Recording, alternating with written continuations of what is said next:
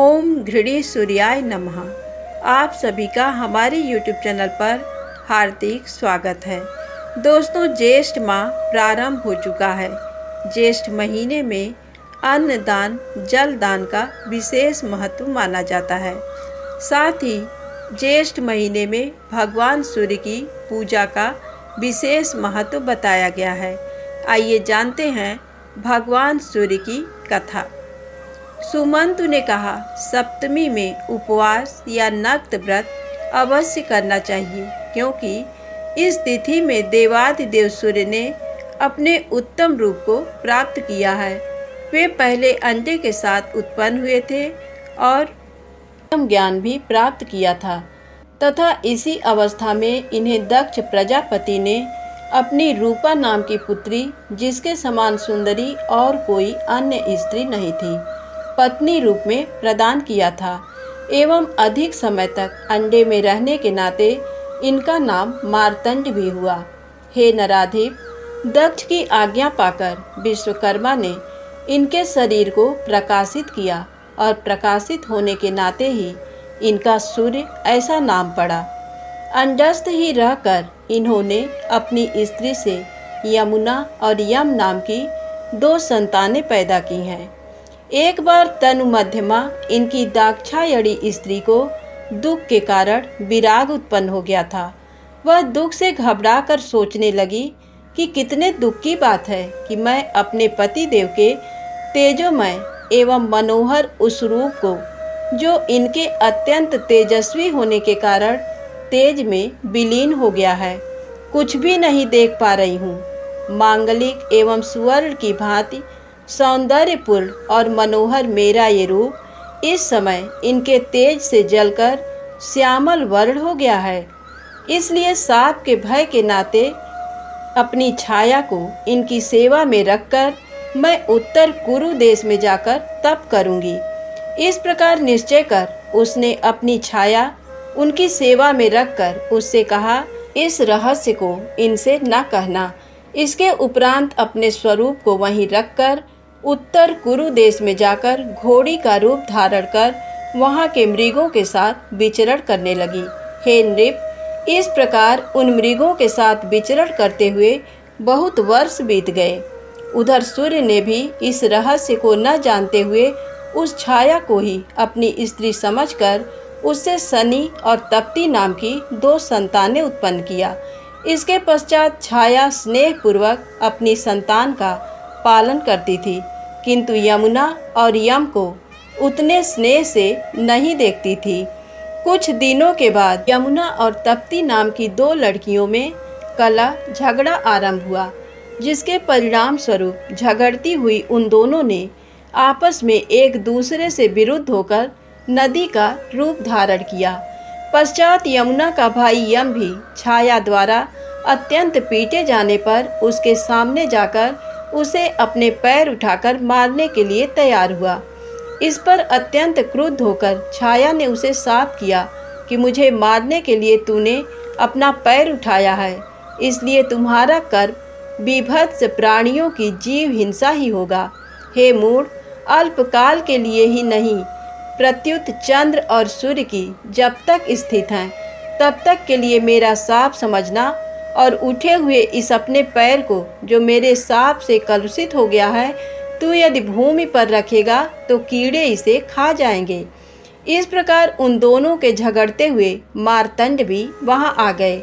यम ने महात्मा मार्तंड से, जो लोग पवित्र करते हैं, कहना आरंभ किया कि हे पिता, ये मुझे प्रतिदिन क्रूर भाव से देखती है तथा हमें कभी भी अपनी संतान की भांति समान दृष्टि से नहीं देखती है। ये मैं भली भांति जानता हूँ।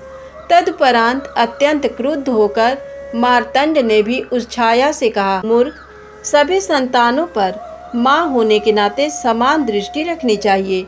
तू सभी को समान दृष्टि से क्यों नहीं देखती है?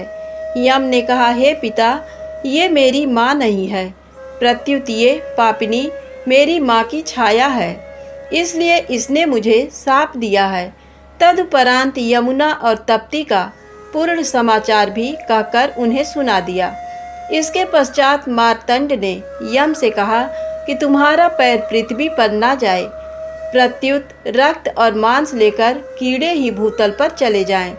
यमुना का जल गंगा जल के समान होगा, तप्ती का जल नर्मदा के समान पवित्र होगा। इस प्रकार विंध्य पर्वत के दक्षिण तप्ती का प्रवाह होगा और उससे मिली हुई गंगा प्रवाहित होंगी। गंगा का संगम प्राप्त कर यमुना गंगा के रूप में हो जाएंगी तथा ये दोनों सौर, सौम्य, पुण्य रूप एवं सभी पापों का नाश करने वाली होंगी। इस प्रकार सौरी और वैष्णवी दोनों ही महान पापों का नाश करेंगी। हे पुत्र, ब्रह्मा की आज्ञा से तू लोकपाल हो जाओगे और छाया की स्थिति आज से अपनी देह में ही रहेगी। इस प्रकार सूर्य ने अपनी छाया नाम की स्त्री एवं संतानों की व्यवस्था करके दक्ष के यहाँ जाकर उन्हें समस्त समाचार सुनाया। दक्ष ने भी सभी बातें सुनकर मार्तंड से कहा कि अत्यंत तेज के कारण तुम्हारे रूप का स्पष्ट दर्शन न करके ही वह तुम्हारी स्त्री उत्तर कुरु देश में चली गई है। इसलिए यदि दुख को सहन कर सको तो मैं तुम्हारे रूप को इस प्रचंड तेज से पृथक प्रकाशित करता हूँ। इसे सुनकर सूर्य ने वैसा ही करने के लिए अपनी सम्मति प्रकट की। तदुपरांत विश्वकर्मा ने सूर्य से कहा, क्या आप इस भांति के दुख का सहन करना स्वीकार करेंगे? दक्ष ने कहा, हाँ, इसे सहन करने के लिए ये पहले से ही तैयार हैं। पश्चात विश्वकर्मा ने अपने हथियारों से सूर्य के मुख से लेकर पैर तक के समस्त शरीर को पीतल आदि के बर्तनों की भांति खराद किया, किंतु अंगों के खरादते समय वेदना से व्याकुल होकर सूर्य क्षण भर पर मूर्छित हो जाते थे।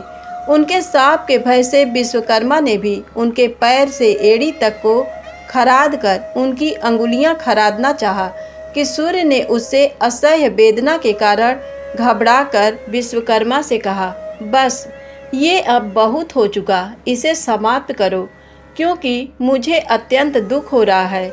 विश्वकर्मा ने कहा, घबराइए नहीं, रक्त चंदन, देवी चंदन और कनेर के फूल, इन दोनों का लेप तुम्हारे शरीर में किए देता हूँ, इससे अभी दुख का शमन हो जाएगा। विश्वकर्मा के वैसा करने पर सूर्य का समस्त दुख नष्ट हो गया। हे भूपते, इसलिए ये वस्तुएं सूर्य को अत्यंत प्रिय हैं। हे नृप, पहले समय में भी सूर्य ने अरुण के सामने इन्हीं वस्तुओं के विषय में कहा था। कनेर का फूल, रक्त चंदन, इतिहास एवं पुराण, प्रसिद्ध सुपर्ण और गुग्गुल, इन्हें भक्ति पूर्वक जो मुझे अर्पित करते हैं वे मुझे प्राणदान देते हैं। इसलिए ऐसा जानते हुए उन्हें अन्य कोई दूसरी वस्तु न देनी चाहिए, क्योंकि मार्तंड के शरीर के खरादते समय उनके निकले हुए तेज का अत्यंत दृढ़ वज्र बनाया गया था, जो शत्रु लेखा आदि का नाश करता है।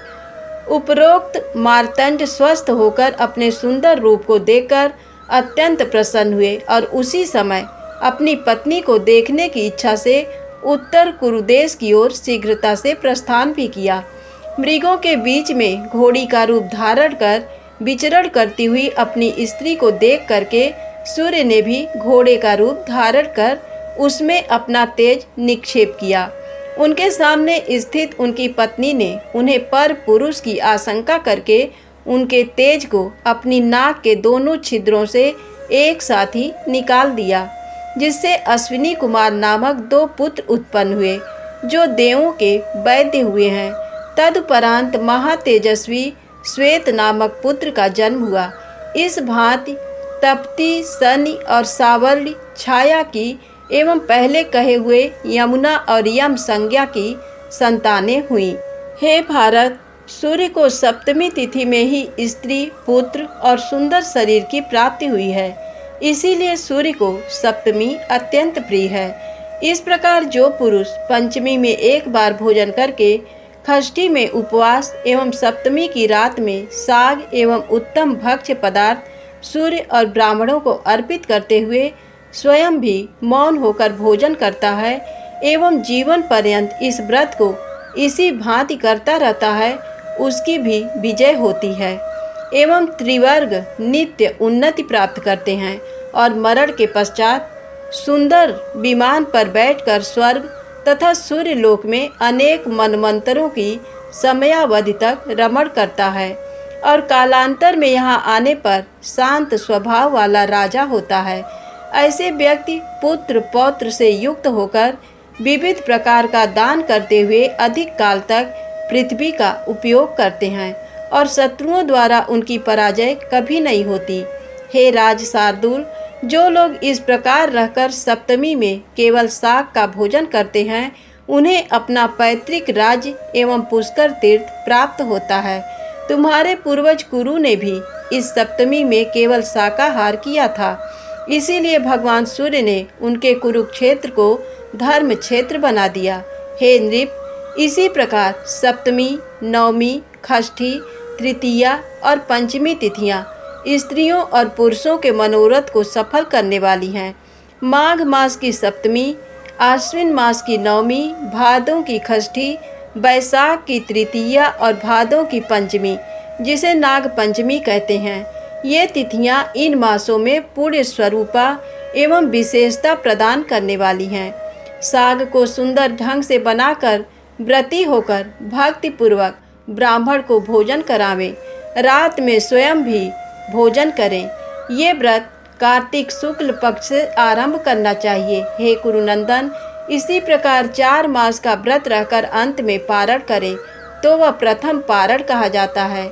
इसमें अगस्त के फूल, अपराजिता के फूल से सूर्य की पूजा करते हुए कुमकुम का लेपन एवं धूप प्रदान भी करना चाहिए। हे राजन, चंदन, गुग्गुल का धूप, नैवेद्य, गुड़ के बने हुए मालपुआ, इन वस्तुओं से पूजन एवं गोमय और कुशोदक से स्नान कराकर चरणामृत के रूप में उसको ग्रहण करना चाहिए। तीसरे पारण में कनेर का फूल, रक्त चंदन और गुग्गुल का धूप अर्पित करना चाहिए।